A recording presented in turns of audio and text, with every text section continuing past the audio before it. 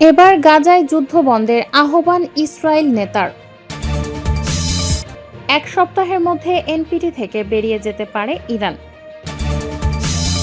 ইরানের সরকার উৎখাতে আগ্রহ নেই ট্রাম্পের। নেতানিয়াহুর ওপর বিরক্ত ট্রাম্প। ইসরায়েলের হামলায় ইরানে 2 মাসের শিশু, গর্ভবতী নারীসহ নিহত 610।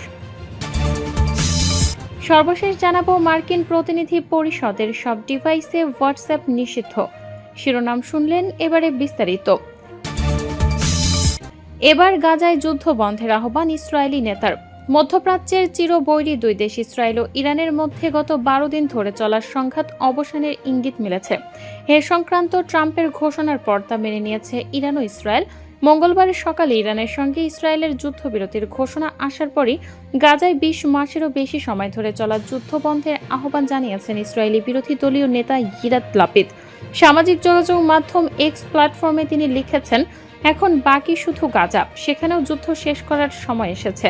জিম্মিদের ফিরিয়ে দাও, যুদ্ধ শেষ করো। এদিকে ফিলিস্তিনের অবরুদ্ধ গাজা উপত্যকায় অব্যাহতভাবে হামলা ও নির্বিচারে গুলির ফিলিস্তিনিদের হত্যা করে যাচ্ছে দখলদার ইসরায়েলি সেনাবাহিনী। বর্বর বাহিনীর হামলায় ও গুলিতে গত 24 ঘন্টায় কমপক্ষে 43 জন নিহত হয়েছেন।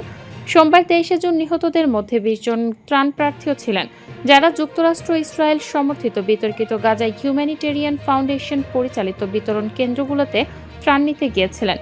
ফিলিস্তিনি মেডিকেল সূত্রের বরাতে এক প্রতিবেদনে এ তথ্য জানিয়েছে কাতার ভিত্তিক সংবাদ মাধ্যম আল জাজিরা।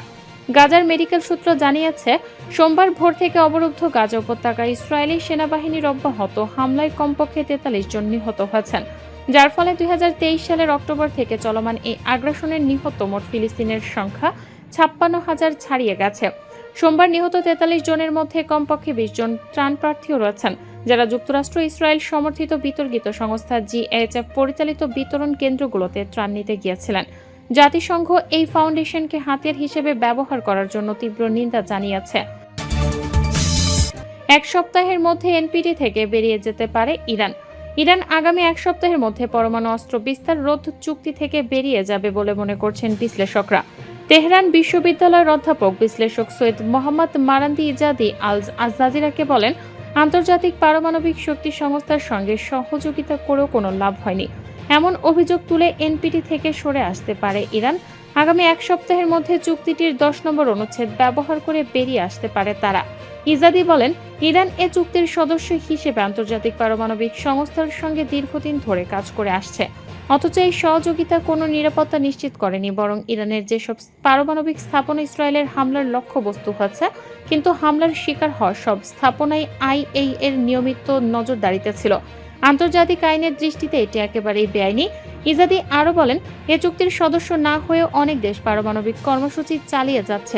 ইসরায়েল নিজেই তার বড় উদাহরণ। ইরান যদি এনপিটি থেকে বেরিয়ে আসে, তাতে বৈধতার কোনো অভাব হবে না।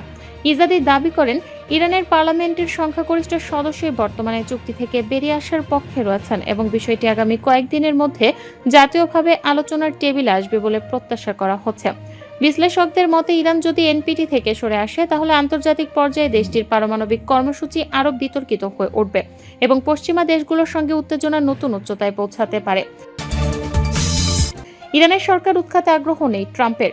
মার্কিন প্রেসিডেন্ট ডোনাল্ড ট্রাম্প বলেছেন, তিনি ইরানের রেজিম চেঞ্জ বা সরকার উৎখাতে আগ্রহী নন, কারণ তা অস্থিরতা ডেকে আনবে বলে মনে করেন তিনি। এয়ারফোর্স ওয়ানের সাংবাদিকদের সঙ্গে আলাপকালে করা ট্রাম্পের মন্তব্যে তার আগের সামাজিক মাধ্যমে করা এক পোস্টের সঙ্গে সাংঘর্ষিক। আল জাজিরার খবরে বলা হয়, গত রোববার ট্রুথ সোশ্যালে ট্রাম্প লিখেছেন, সরকার উৎখাত শব্দটি রাজনৈতিকভাবে ঠিক নয়, তবুও যদি বর্তমানে ইরান সরকার ইরানকে আবার মহান করে তুলতে না পারে, তবে সরকার উৎখাত কেন নয়।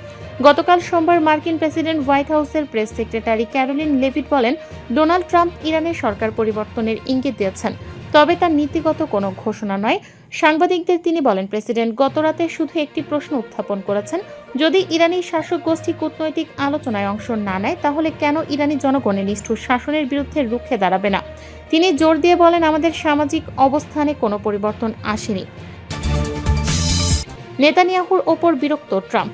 যুদ্ধবিরতির পরও ইরানের ওপর ইসরায়েলের নতুন হামলার ঘটনায় চরম ক্ষোভ প্রকাশ করেছেন মার্কিন প্রেসিডেন্ট ডোনাল্ড ট্রাম্প। প্রধানমন্ত্রী বেনিয়ামিন নেতানিয়াহুর প্রতি বিরক্ত হয়েছেন বলে জানিয়েছে আল জাজিরার যুক্তরাষ্ট্র প্রতিনিধি ফিল লাভেল। লাভেল বলেন, ট্রাম্প স্পষ্টতই নেতানিয়াহুর প্রতি খুবই বিরক্ত। এমনকি বলা যায় তিনি নিজেকে বিশ্বাসঘাতকতার শিকার মনে করছেন। ইউরোপে একটি ন্যাটো সম্মেলনে যাওয়ার আগে সাংবাদিকদের সঙ্গে কথা বলেন ট্রাম্প। সেখানে তিনি বলেন, ইসরায়েল এবং ইরান দুপক্ষই যুদ্ধবিরতির চুক্তি ভেঙেছে, যা অত্যন্ত হতাশাজনক। তবে ফিল লাভেল বলেন, যদিও ট্রাম্প দুপক্ষের বিরুদ্ধেই কথা বলেছেন, তবুও তার বেশি রাগ ছিল ইসরায়েলের ওপর, বিশেষ করে নেতানিয়াহুর আচরণের কারণে। ওয়াশিংটন সূত্র জানায়, যুদ্ধবিরতির প্রস্তাবে নেতানিয়াহুর সমর্থন পাওয়ার পর ট্রাম্প কাতারের সহায়তায় ইরানের সাড়া আদায়ের চেষ্টা করেন, কিন্তু এর কিছুক্ষণের মধ্যে ইসরায়েল ইরানে হামলা চালায়। ইসরায়েলের হামলায় ইরানে 2 মাসের শিশু, গর্ভবতী নারী সহ নিহত 610। টানা 12 দিনের ইসরায়েলি বিমান হামলায় ইরানে কমপক্ষে 610 জন নিহত হয়েছেন এবং 4746 জন আহত হয়েছেন বলে জানিয়েছে দেশটির স্বাস্থ্য মন্ত্রণালয়। স্বাস্থ্য মন্ত্রণালয়ের মুখপাত্র হোসেইন কেরমানপুর সোমবার সর্বশেষে তথ্য জানান। তিনি জানান, নিহতদের মধ্যে 13 জন শিশু, যাদের মধ্যে সবচেয়ে ছোটটি ছিল মাত্র 2 মাসের। নিহতদের তালিকায় 49 জন নারী রয়েছেন, যাদের মধ্যে 2 জন ছিল গর্ভবতী। আহতদের মধ্যে এখনও 971 জন হাসপাতালে চিকিৎসাধীন, যাদের মধ্যে 687 জনের অস্ত্রোপচার করা হয়েছে। কেরমানপুর আরও জানান, 5 জন স্বাস্থ্যকর্মী নিহত, 20 জন আহত হয়েছেন। 7টি হাসপাতাল ক্ষতিগ্রস্ত, ধ্বংস হয়েছে। এর মধ্যে 6টি জরুরি সেবা কেন্দ্র, 4টি ক্লিনিক, 9টি অ্যাম্বুলেন্স। ইসরায়েল 13 জুন থেকে ইরানের বিভিন্ন পারমাণবিক, সামরিক ও আবাসিক স্থাপনায় একের পর এক বিমান হামলা চালিয়ে আসছে। এর পাল্টা জবাবে ইরানও করেছে প্রতিশোধমূলক অভিযান। তবে বেসামরিক প্রাণহানির সংখ্যা এবং স্বাস্থ্য খাতের ক্ষতি এখন আন্তর্জাতিক মহলের জন্য গভীর উদ্বেগের কারণ হয়ে দাঁড়িয়েছে। এদিকে আল জাজিরার প্রতিবেদন অনুযায়ী, ইরানের হামলায় ইসরায়েলের নিহতের সংখ্যা এ পর্যন্ত 24 জন, আহত হয়েছেন অনেকেই। ইসরায়েলের স্বাস্থ্য মন্ত্রণালয় এ ব্যাপারে বিস্তারিত কিছু জানায়নি। মার্কিন প্রতিনিধি পরিষদের সব ডিভাইসে হোয়াটসঅ্যাপ নিষিদ্ধ। যুক্তরাষ্ট্রের প্রতিনিধি পরিষদ বা হাউস অফ রিপ্রেজেন্টেটিভস এর সব ডিভাইসে নিষিদ্ধ হচ্ছে মেসেজিং অ্যাপ হোয়াটসঅ্যাপ।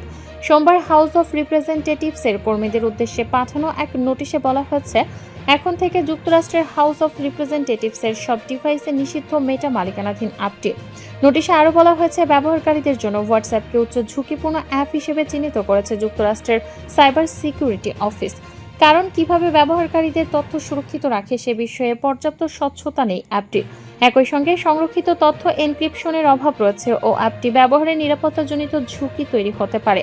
হোয়াটসঅ্যাপের বদলে মাইক্রোসফটের টিমস, অ্যামাজনের ইউকার, সিগন্যাল, অ্যাপলের আইমেসেজ ও ফেসটাইম সহ অন্যান্য মেসেজিং অ্যাপ ব্যবহারের পরামর্শ দিয়েছে হাউস অফ রিপ্রেজেন্টেটিভস এর প্রধান প্রশাসনিক কর্মকর্তার পক্ষ থেকে পাঠানো ওই নোটিশে। এ বিষয়ে রয়টার্সের মন্তব্যের অনুরোধে সাড়া দেয়নি হোয়াটসঅ্যাপের মূল কোম্পানি মেটা।